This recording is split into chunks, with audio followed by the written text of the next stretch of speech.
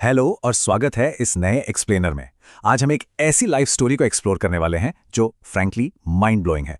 हम बात कर रहे हैं जुनको तबेई की। सिर्फ 4 फुट 9 इंच की इस पावर हाउस ने पूरी दुनिया को दिखा दिया कि मजबूत इरादों और अद्भुत हौसले के आगे सोसाइटी की रूढ़िवादी सोच का कोई भी पहाड़ लंबा नहीं होता। तो चलिए सीधे इस मुद्दे में डाइव इन करते हैं। एक बहुत ही गहरा सवाल है। जरा सोचिए, दुनिया के सबसे ऊंचे शिखर पर खड़े होने के लिए किस जज्बे की जरूरत होती है, और वो भी तब जब सोसाइटी आपसे एक्सपेक्ट करे कि आपको बस घर पर रहकर किचन संभालना चाहिए। ये एक ऐसी भारी सांस्कृतिक और मानसिक चुनौती है जो किसी को भी तोड़ सकती है, पर जुनको की बात अलग थी। अब इस नंबर 36 पर ध्यान दीजिए। फन फैक्ट, जुनको तबे को कभी भी एवरेस्ट चढ़ने वाली पहली महिला का टैग पसंद नहीं था। उन्हें बिल्कुल नहीं चाहिए था कि कोई उन्हें सिर्फ एक जेंडर के लेंस से देखे। वो चाहती थीं कि उन्हें एवरेस्ट फतह करने वाले 36वें व्यक्ति के रूप में जाना जाए। ये छोटी सी बात बताती है कि उन्होंने पहाड़ों की चढ़ाई अपने सच्चे पैशन से की थी, किसी रिकॉर्ड या फेम के लिए नहीं। चैप्टर 1, एक कमजोर बच्ची की पहली चढ़ाई। आइए इस महान माउंटेनियर की उस बिल्कुल अनोखी शुरुआत पर नजर डालते हैं। 1939, रूरल फुकुशिमा। जुनको का बचपन किसी सुपर एथलीट जैसा बिल्कुल नहीं था। उन्हें एक बेहद वीक और बीमार बच्ची माना जाता था। उनके लंग्स वीक थे और अक्सर निमोनिया रहता था। लेकिन 10 साल की उम्र में माउंट नासू के एक स्कूल ट्रिप पर पूरा गेम चेंज हो गया। वहां इस सो कॉल्ड कमजोर बच्ची ने एक ऐसी रिजिलियंस और पहाड़ों के नॉन कंपैरेटिव नेचर के लिए एक ऐसा प्यार खोजा जो उनके साथ जिंदगी भर रहा। चैप्टर 2, सेक्सिज्म और भेदभाव के पहाड़ को तोड़ना। 1960 के दशक के जापान में महिलाओं के लिए माउंटेनियरिंग का रास्ता बिल्कुल भी आसान नहीं था। उस वक्त की रियलिटी देखिए। ये कंपैरिजन अपने आप में बहुत कुछ कहता है। एक तरफ पोस्ट वॉर जापानीज सोसाइटी की एक्सपेक्टेशंस कि औरतों को घर साफ करना चाहिए, चाय पिलानी चाहिए, और दूसरी तरफ जुनको तबे की हकीकत। वो लिटरली अन्नपूर्णा 3 और माउंट एवरेस्ट जैसे जाइंट पीक स्केल कर रही थीं। क्या जबरदस्त कॉन्ट्रास्ट है।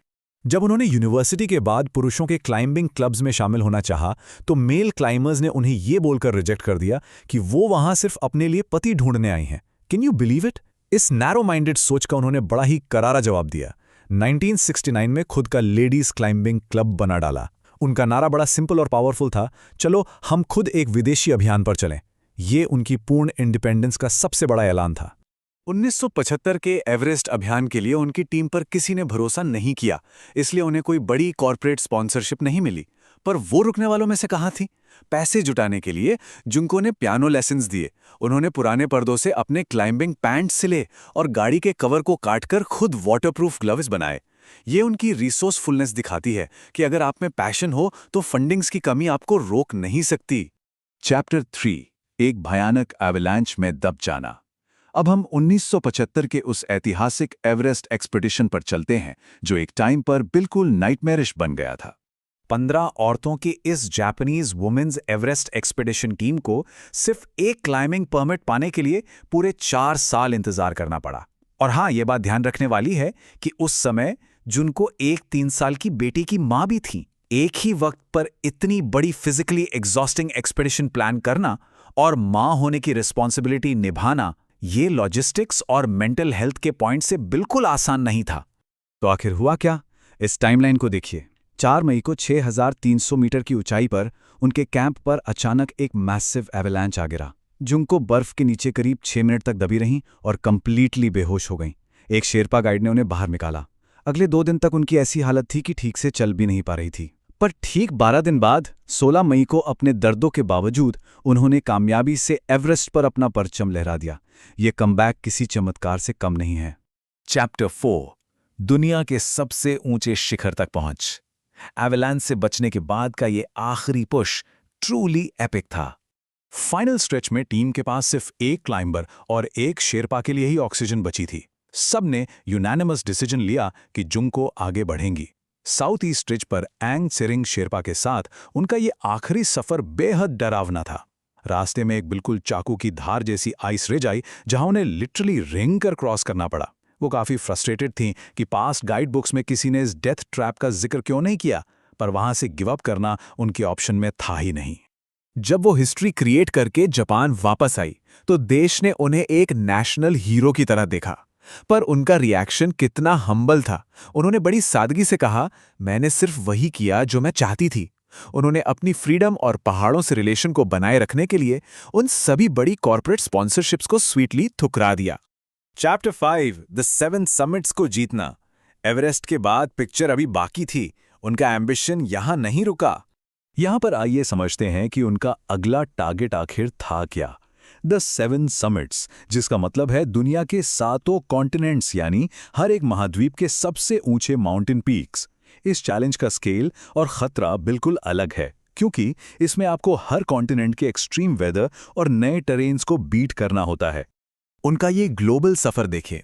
अफ्रीका में किलिमंजारो, साउथ अमेरिका में अकांकागुआ, नॉर्थ अमेरिका में डेनाली, यूरोप का एल्ब्रुस, एंटार्क्टिका में विंसेंट मासिफ, ओशियानिया में पुंचाक जया और ऑफ कोर्स एवरेस्ट। 1992 तक उन्होंने इन सभी पीक्स को फतह कर लिया था और ऐसा करके वो ये 7 पीक्स चढ़ने वाली दुनिया की पहली महिला बन गईं। The absolute dedication here is insane.